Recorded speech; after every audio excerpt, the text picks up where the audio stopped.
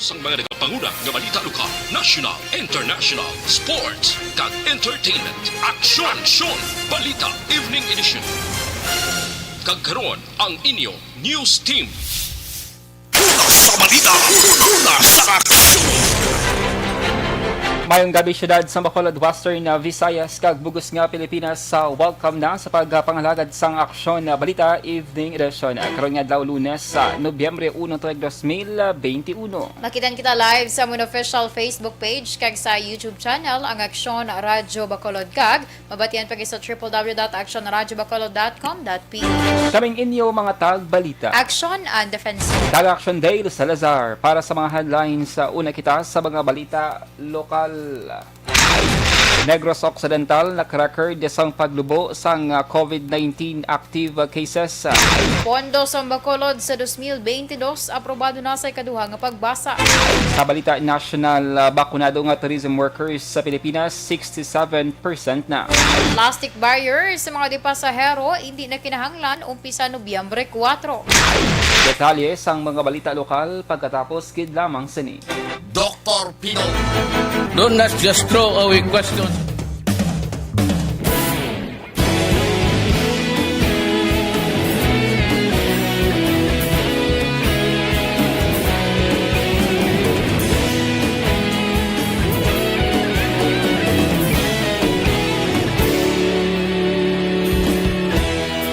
Agapasumbanwa, mapugnaw nga hangin nagadapyan na. Ikaw nang ginapamati ang namon ginasandigan. Tingog sang probinsya, kamatuuran ginapalak na. Minsay nga may dala, paglaom kag kasanat. Tinuig na nagligan, ikaw gihapon ang ako nga estasyon. Sa pagbutlak sang adlaw, sa pagduhaw sang biton. Mga balita nga dala inspirasyon. Aksyon radyo, Bacolod man sa gihapon. Padayon Aksyon radyo, Bacolod saludo sa imo. Padayon Aksyon radyo, salamat sa pagserbisyo. Patas kag balanse, matuod na mensahe, wala sang ginadampigan. Padayon Aksyon radyo.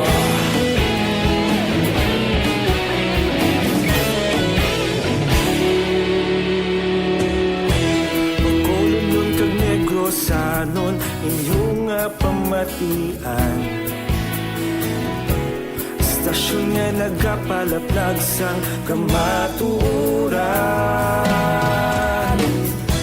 Mabakod nga prinsipyo, reporter handa sa serbisyo. Kahapon, karon kag sa gihapon, kita magapadayon. Tinuig na nagligan, ikaw gihapon ang ako nga estasyon. Sa pagbutlak sang adlaw, sa pagtuhaw sang biton. Mga balita nga may dala inspirasyon. Aksyon radyo, Bacolod man sa gihapon. Padayon Aksyon radyo, Bacolod saludo sa imo. Padayon Aksyon radyo, salamat sa pagserbisyo. Patas kag balanse, matuod na mensahe, wala sang ginadampigan. Padayon Aksyon radyo. Una sa balita, una sa aksyon. Sa Bacolod, Aksyon Radio. Una sa balita, una sa aksyon. Sa Bacolod, Aksyon Radio. Kita ulog na na'y sabisan ang mga kalintangan. Responsable ang pagbalita, pagdayon na ipalak na. Malasig pero sigurado, aksyon na may dala pagpalanggan.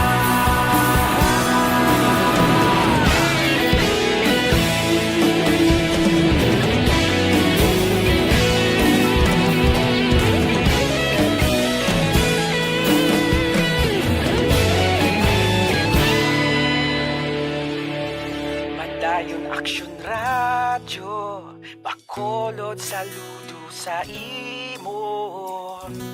Padayon Aksyon Radyo, salamat gid sa pagserbisyo.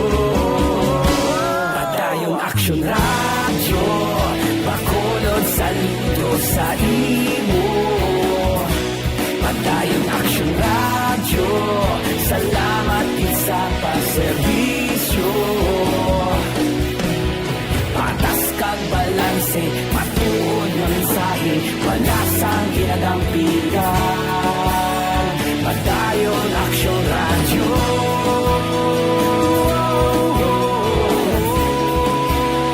Padayon Aksyon Radyo.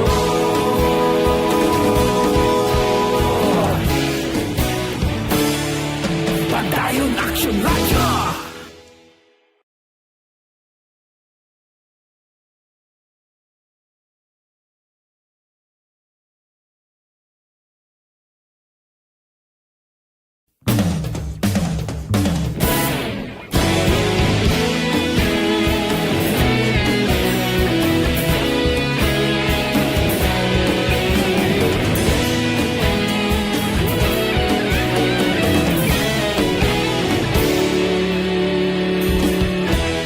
Agapasang banwa, mabugaw nga hangin nagadapyan na.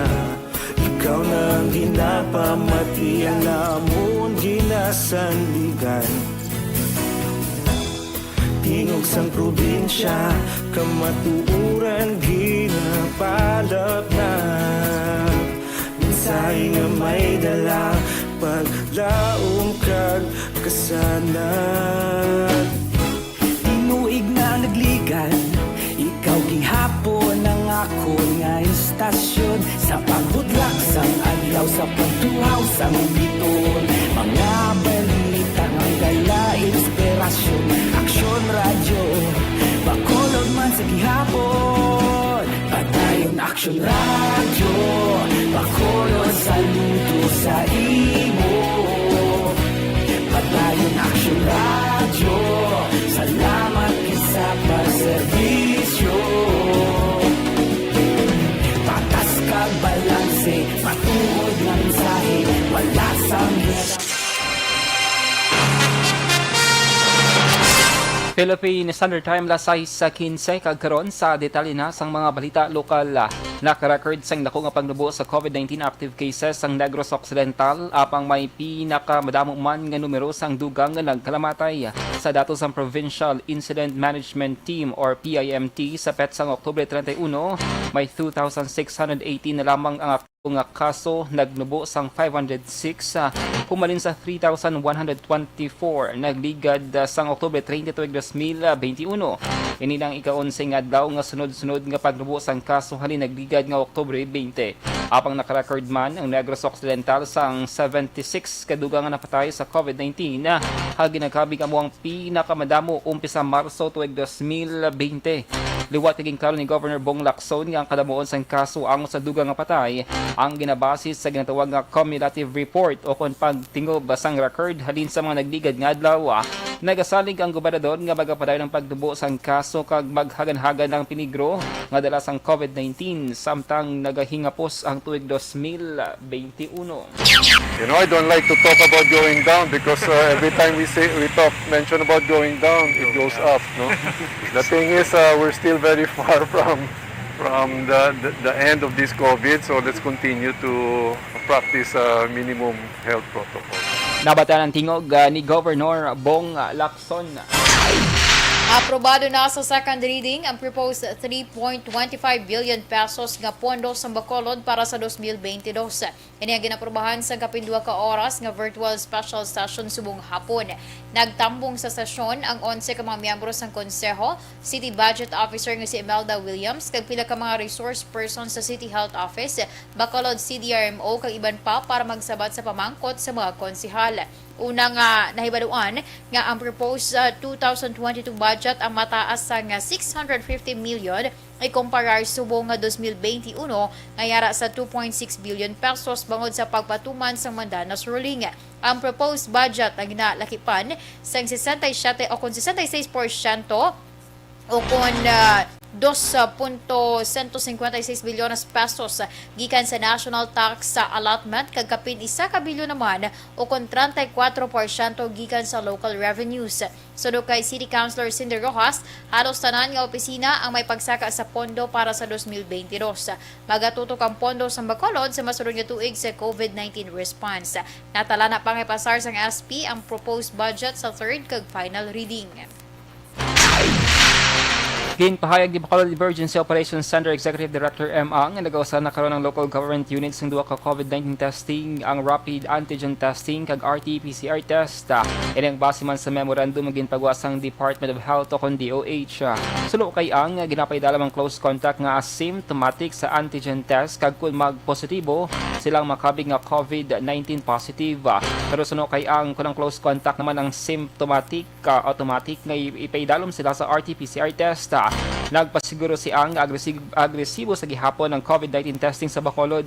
Sa nibloan nga ginapatuman ang swab all policies sang syudad o kung pagpaydalom sa test sa tanan nga close contact sang COVID positive. Nag-issue si Bacolod City Mayor Ibilio Leonardia sang Executive Order number 51 nga nagamando o kung naghatag sang advisories sang quarantine system o kung alert levels nga may restrictions sa Bacolod umpisa subong adlaw tubtob 14. Naasaad sa Section 1 sa Executive Order ang pagsaylo halin sa community quarantine pagkadto sa alert level system. Sunod sa alkalde, magapadayon nga ipatuman ang Executive Order number 39, 39-A kag Executive number 42 nga nalakip sa EO number 47 nga napitsahan sa Tiambre 30 tuig 2021. Una na nga classify sa National IATF ang Bacolod bilang Alert Level 4 ang COVID-19 situation. Pero nagpadala sang sulat si Leonardia kay Health Secretary Francisco Duque III nga nag-aapilar nga panubuon sa Alert Level 3 ang syudad bangod sa pagnubo sa kaso sa COVID-19. Sa idalom sang Alert Level 4, ang case count ang mataas o kung nagasaka kag mataas man ang bed kag intensive care unit utilization. Sa katapusan nga balita lokal, mag-aumpisa ng syudad sa Bacolod sa pagbakuna sa mga pediatric A3 priority group o kung mga kabataan na edad 12 to 17 anyos nga wala sang comorbidity sa Nobyembre 3 sa tuig 2021. Sa interview sa Aksyon hotline na ginpahayag ni Bacolod EOZ Executive Director M. Ang nga sa November 3 mahimo makapadulong ang mga kabataan sa mga designated nga vaccination centers sa may Ayala Malls, SM City Bacolod kag Robinson's Place Bacolod. Suno kay ang mga may comorbidity naman nga mga menor de edad ang dapat magpadulong sa Riverside College at dito magpabakuna bangod suno kay ang nga base man sa panugyan sa ila sang DOH dapat sa hospital pati gayon ang vaccination sa may mga balatian. Damlag lang ang Bacolod ang nakapatigan sang 266 kapag bakuna sa mga menor de edad nga kabataan 12 tubtob 17 anyos nga mayara sang comorbidity. Sa balita, sa aksyon. Lasay sa 20 Action Radio Philippines Standard Time. In Negros Occidental, this is the biggest and most coveted recognition for people and voices behind the microphone in the island.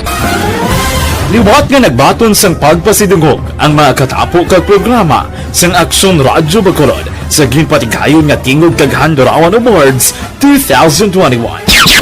Ladies and gentlemen, our icon of radio in Negros Occidental this year goes to Fred Salanga of DYEZ Aksyon Radio. Ginkilala bilang icon of radio in Negros Occidental, si Aksyon Fred Salanga. Anchorman of the Year, si Aksyon Boy Duran. Ladies and gentlemen, for Anchorman of the Year, and the winner is Renato Boy Duran of DYEZ Aksyon Radio. Reporter of the Year, si Aksyon Eric Magbanwa. For Best Reporter of the Year, and the winner is Eric Magbanwa of Aksyon Radio Bacolod. Special Awards for Broadcast Engineering, si Aksyon Henry Espolgar. Our Tingog Kaghandurawan Awards Special Awards for Broadcast Engineering. And the winner is Henry Espolgar, DYEZ Aksyon Radio Bacolod. Best Entertainment Program for AM, Ang harana sa DYEZ Aksyon Radyo Bacolod. The nominees for Best Entertainment Program for AM, Ronda Extra, Tingog Mo, Tukibon Ko, and Harana. And the winner is Harana by Aksyon Radio Bacolod. Aksyon Radio Bacolod number 1. Madamo nga salamat mga ka-aksyon sa padayon nga pagsalig sa matugtuod nga numero 1 nga istasyon. DYEZ Aksyon Radio Bacolod. Aksyon Radio Bacolod number 1.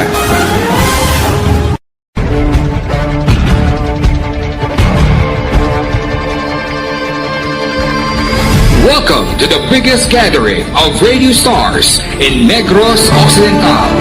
This is the biggest and most coveted recognition for people and voices behind the microphone in the island. Liwat nga nagbaton sang pagpasidungog ang mga katapo kag programa sang Aksyon Radyo Bacolod sa ginpatigayon nga Tingog kag Handurawan Awards 2021. Ladies and gentlemen, our icon of radio in Negros Occidental this year goes to Fred Salanga of DYEZ Aksyon Radio. Ginkilala bilang icon of radio in Negros Occidental, si Aksyon Fred Salanga. Anchorman of the Year, si Aksyon Boy Duran. Ladies and gentlemen, for Anchorman of the Year, and the winner is Renato Boy Duran of DYEZ Aksyon Radio. Reporter of the Year, si Aksyon Eric Magmanwa. For Best Reporter of the Year. And the winner is Eric Magbanwa of Aksyon Radio Bacolod. Special awards for broadcast engineering, si Aksyon Henry Espolgar. Our Tingog kag Handurawan Awards Special Awards for Broadcast Engineering. And the winner is Henry Espolgar, DYEZ Aksyon Radio Bacolod.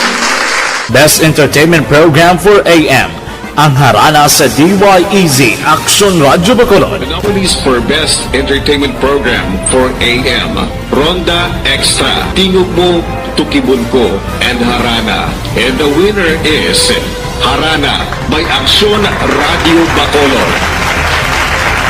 Aksyon Radio Bacolod number 1. Madamo nga salamat mga ka-aksyon sa padayon nga pagsalig sa matugtuod nga numero 1 nga istasyon.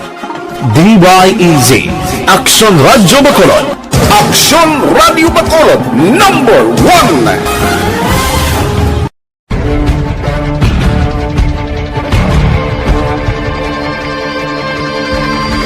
Welcome to the biggest gathering of radio stars in Negros Occidental. This is the biggest and most coveted recognition for people and voices behind the microphone in the island. Liwat nga nagbaton sang pagpasidungog ang mga katapo kag programa sang Aksyon Radyo Bacolod sa ginpatigayon nga Tingog kag Handurawan Awards 2021. Ladies and gentlemen, our icon of radio in Negros Occidental this year goes to Fred Salanga of DYEZ Aksyon Radio.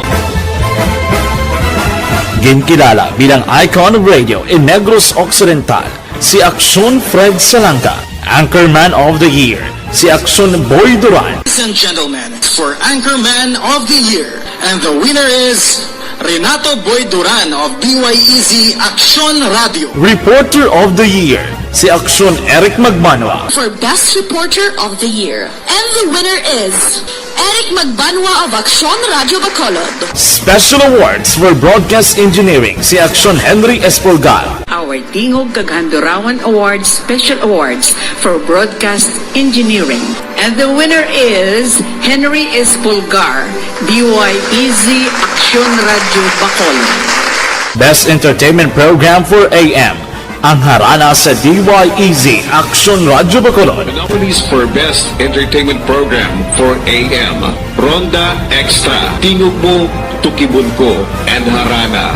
And the winner is Harana by Aksyon Radio Bacolod.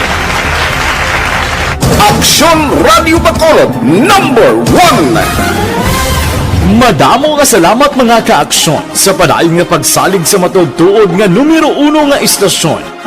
DYEZ Aksyon Radio Bacolod. Aksyon Radio Bacolod #1.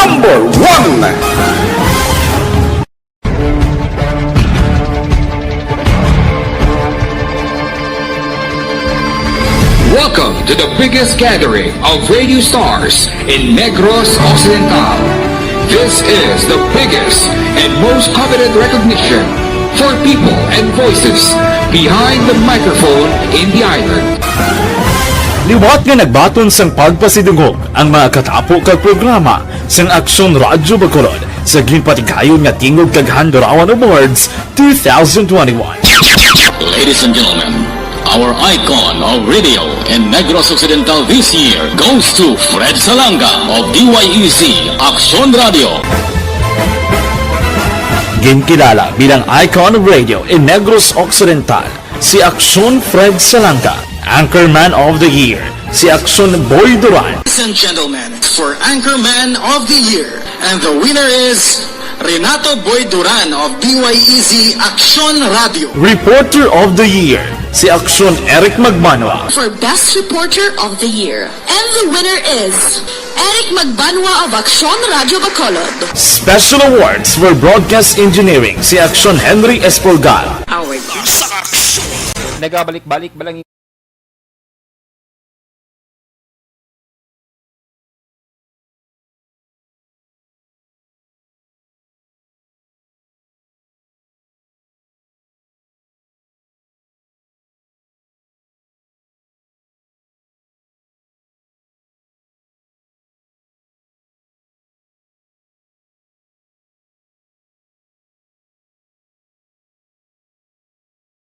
Life Extension Vitamin D3 safe para sa mga langsag.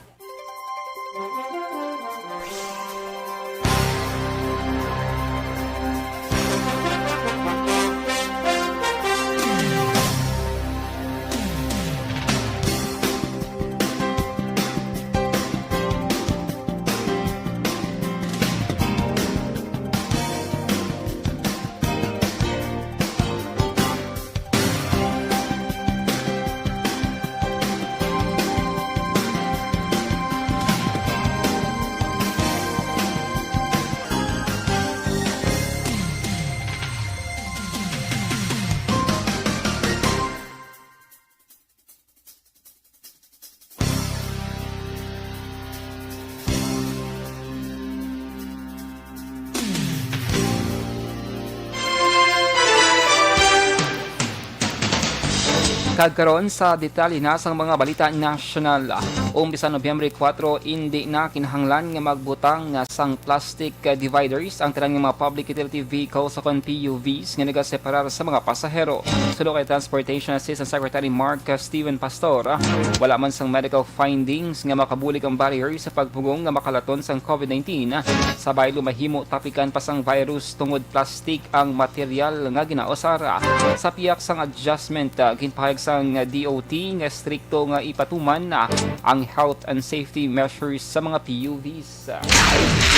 Ginpahayag ni Tourism Secretary Bernadette Romulo Puyat nga 67% na sang tourism workers sa Pilipinas ang bakunado na kontra COVID-19. Suno kay Puyat, ginhatagan man prioridad sa gobyerno national ang tourism workers sa nagkalain-lain nga destinasyon sa pungsod, agud nga mahalugan na ang travel restrictions.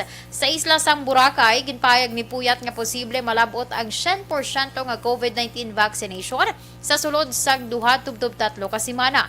Kung bakunado na ang tanan nga tourism workers kag mga residente sa Boracay, hindi na pag-obligahon ang mga turista nga magpresentar sa negative RT-PCR test result kung gusto magbisita sa isla. Bisan nga may mga pagpamatok sa pila ka mga sektor, gindayon na sang kabalak ang pagperma sang kontrato pod ang F2 Logistics sa Philippines para sa deployment sang election equipment sa May 2022 election sa ang 32 kapahina nga kontrata ang nagabalaro sang 535.99 million pesos sa ang napermahan nagligad nga Oktubre 29 ng Comelec Chair Sharif Abbas sa F2 Logistics President Efren Uy. Una na nga nagpanawagan ng election watchdogs mamalidha kalkila ka mga pribado nga mga individual sa Comelec nga i-disqualify ang F2 Logistics sa bangot sa ginaligar konektado ini kay Davao Tycoon Dennis Uy nga isa ka top campaign donors ni Presidente Rodrigo Duterte sang 2016 elections News. Una na sadto nga ginpakayag sa COMELEC ng pagdonar sa kampanya sa kandidato ang hindi ground para sa disqualification para sa proyekto sang gobyerno. Aksyon Radyo Philippine Standard Time, alas 6:32. Ginpahayag ni Manila Mayor Esco Moreno Dumagoso sa mga residente sa syudad sa Caloocan nga handa siya sa posisyon sa pagka-presidente. Kag pinakauna niya nga himuon amo ang pagpanubo sa 50% sang taxes nga nagakanto sa gatong kag elektrisidad. Sunod kay Moreno, nahibaluan sini nga ang iya proposal magaresulta sang 130 bilyones pesos nga kapiyardihan sa income sa gobyerno, partikular na sa Department of Finance. Apag ginisister nga kinahanglan may himuon para sa tawo. Dugang pa ni Moreno, in kaso nga siya mangin presidente, handa siya nga madulaan sang 130 bilyones pesos. Tungod kay hibalo ini nga pareho nga kantidad ang maga-benepisyo man sa masobra 100 milyones ka mga Pinoy. Aksyon Radio Philippine Standard Time las 6:33 sa inyo nabatian ang kabugusan ng mga balita sa Aksyon Balita Evening Edition. Karon nga adlaw Lunes sa Nobyembre 1, 2021. Salawat kaming inyo mga tagbalita. Aksyon and Defensor. Kag-Aksyon Day Salazar, una sa balita, una sa aksyon Sa Bacolod, Aksyon Radio. Ang ining balita ang ginadulong sa inyo sa Manila Broadcasting Company.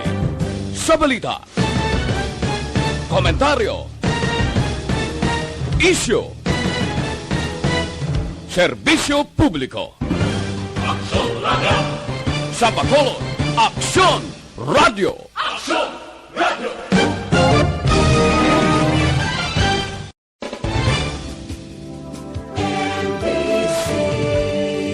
Manila Broadcasting Company. Sa balita, komentaryo, issue, serbisyo publiko. Aksyon Radio. Sa Bacolod,